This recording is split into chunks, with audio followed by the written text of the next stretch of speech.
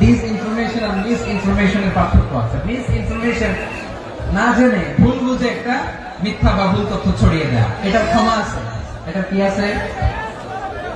আর disinformation মানে ইচ্ছা করে, প্ল্যান করে, ম্যাপ করে, ছক এঁকে মিথ্যা, গুজব, রটনা সোশ্যাল মিডিয়ায় ছড়ানো, এটা ক্ষমা আছে। আওয়াজ করে বলেন ক্ষমা আছে। ভারতের কিছু গণমাধ্যম তাই করেছে, আমরা ব্যথিত হয়েছি, আমাদের হৃদয়ে রক্তক্ষরণ হয়েছে। আমাদের প্রতিবেশী দেশকে বলতে চাই, আমাদের দেশ নিয়ে আপনাদের ভাবার দরকার নাই, নিজের চরকায় তেল দেন, নিজের দেশ নিয়ে ভাবেন। গত মাসের ভয়েস অফ আমেরিকার রিপোর্ট, বাংলাদেশে সংখ্যালঘু জনগোষ্ঠী আগের চেয়ে বেশি নিরাপত্তা পাচ্ছে।